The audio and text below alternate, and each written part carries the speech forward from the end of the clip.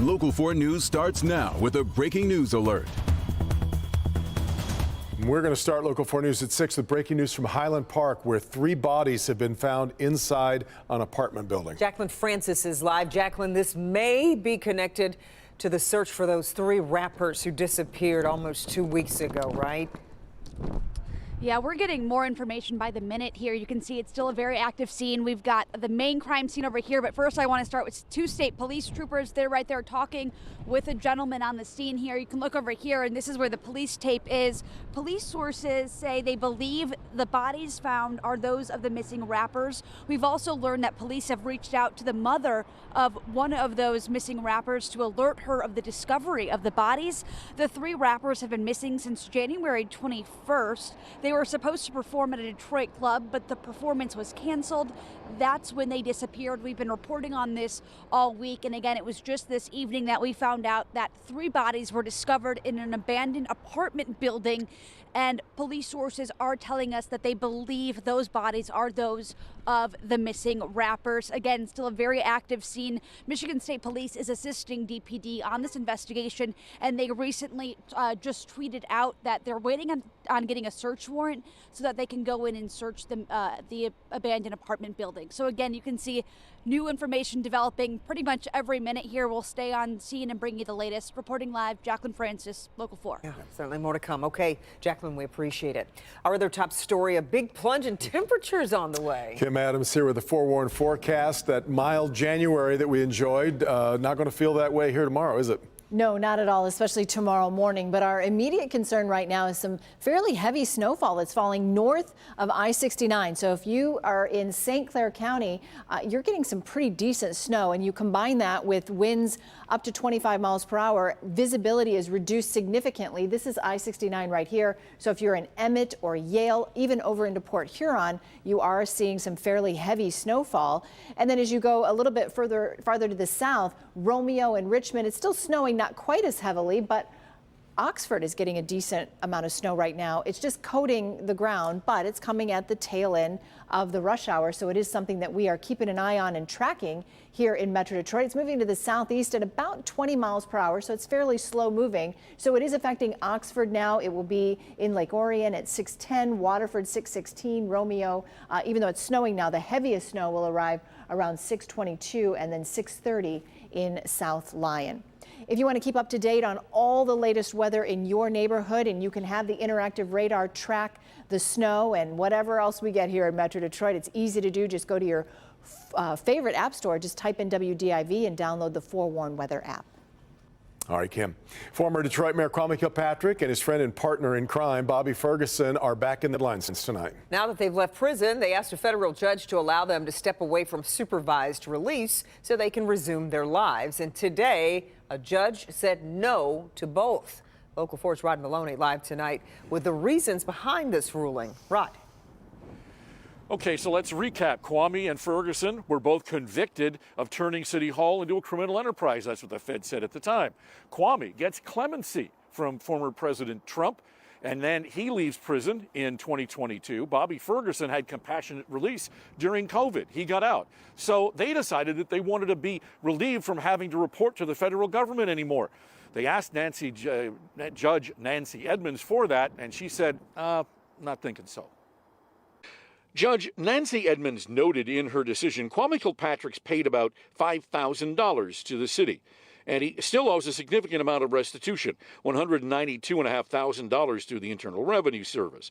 What's more, she noted, Kilpatrick has a history of spending his money on lavish lifestyle rather than paying off his obligations, citing a recent example. Defendant and his wife sought to raise $800,000 to purchase a residence in a gated luxury community in Orlando, Florida. While that effort was later canceled, it demonstrates a desire to resume his former lifestyle rather than a focus on repaying the debts he owes. Conspiracies, absolutely not. Then the judge referred to this Today Show interview that he did last year, where defendant admitted committing perjury and lying about his extramarital affair, but flatly denied committing the 24 federal crimes of which he was found guilty. Such statements, she wrote, undermine society's faith in our criminal justice system and do not show an acceptance of responsibility. At that, she denied Kwame's request. As for Bobby Ferguson, who tells the court he followed his probation and mentored others after getting out of prison, the judge noted he still owes more than $2.5 million to the city and is currently paying a mere $100 a month. She said that she has not identified any new or unforeseen circumstances that would warrant early termination. Kwame Kilpatrick still owes $1.5 million to the city. At least that's what the judge says. Kwame's trying to get out of that. She said, no, you still owe it. In the meantime, they have about a year or two left on their federal oversight. Reporting live, Rod Maloney, Local 4. Okay, Rod, thank you. Now to an update. A 16-year-old suspect is charged now in a deadly shooting at a New Year's Eve party and will be held in the Juvenile Detention Center. That decision made today during a preliminary hearing. The teenager is accused of shooting a 15-year-old boy at a party at the Hawthorne Suites near the border of Dearborn and Detroit. The 16-year-old has not been charged as an adult, but has been adult designated. So that could affect his sentence if convicted of second-degree murder or other charges. He's expected back in court next week. We are learning more about the life-saving efforts taken to save a high school senior who went into cardiac arrest during a basketball game.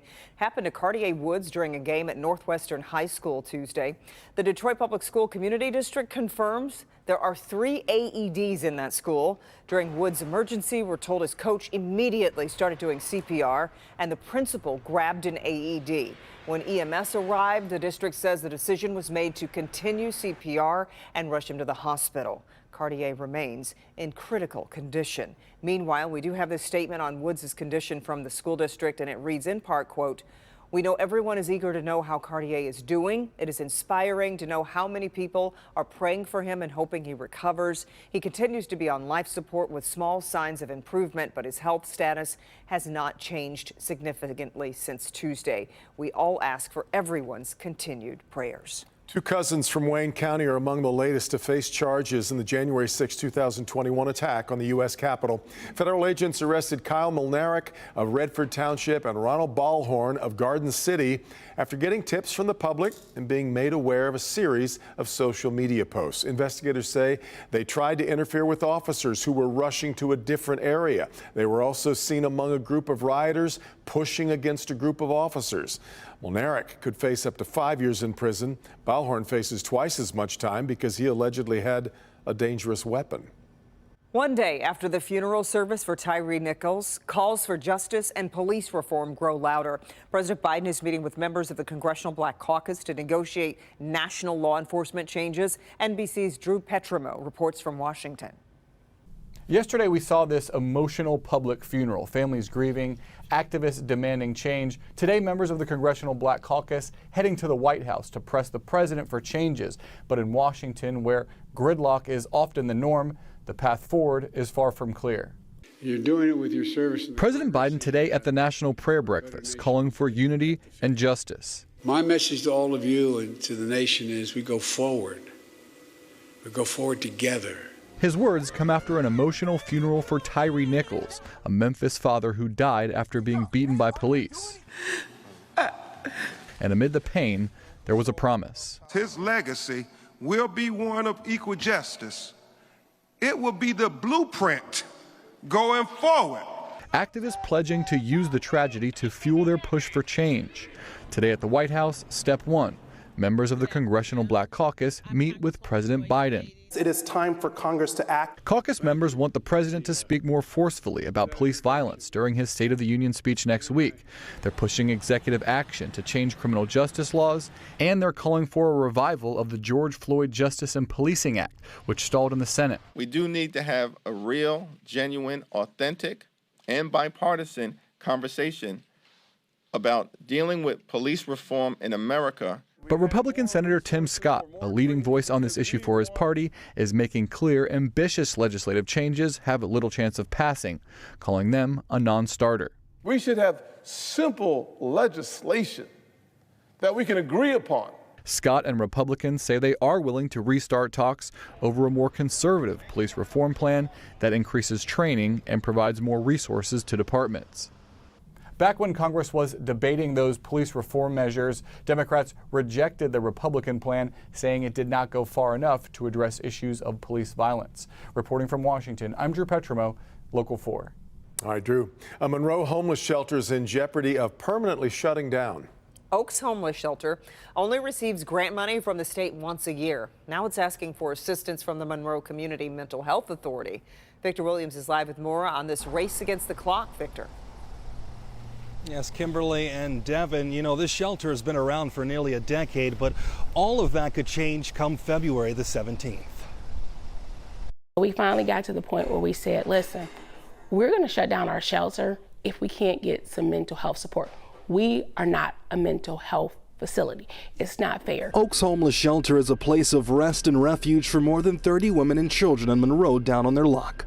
But in just 15 days, the shelter will be closing its doors for good because they can no longer care for people with mental disorders due to a lack of resources. We are just seeing so many people, many schizophrenic breaks. We're seeing people who are severely mentally ill who are begging for help. Pastor Heather Boone is the woman in charge of the shelter who's been holding the place together by threads for the past 9 years. She says in that time she's seen countless mental health breakdowns that realistically she can't do much about. It's almost like we're running a psych ward. We've had moms with 3-week-old babies threatening to throw the baby out the window. We have emails where we have been trying to work with our community mental health for the last 7-8 years to ask for support. They are the gatekeepers to all the mental health services in Monroe County. Pastor says the issue is the lack of mental health resources she's been begging the county to provide.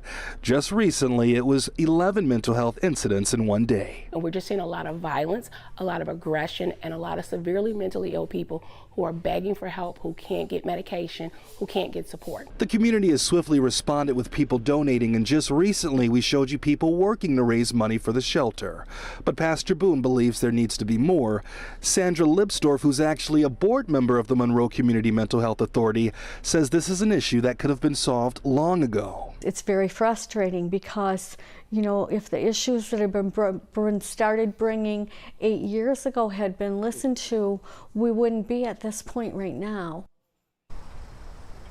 Now, Pastor Boone also says the first thing that's needed for them to even have the conversation of staying open is going to be a crisis stabilization unit nearby. Now, in response, the Monroe County Mental Health Authority, they sent us this following statement that talks about how they're expanding. It says, quote, last year we applied for and were awarded funds to develop a mobile crisis response program, which we expect to implement this summer. Options for further crisis services, including a crisis stabilization unit, are being considered and will be discussed on our board meeting on February the 22nd, end quote. But remember, the clock is ticking with February the 17th coming only 5 days before that board meeting. For now, we are reporting live. Victor Williams, Local 4. And just further proves the dire need for mental health help in this country as well. Victor, we appreciate your story.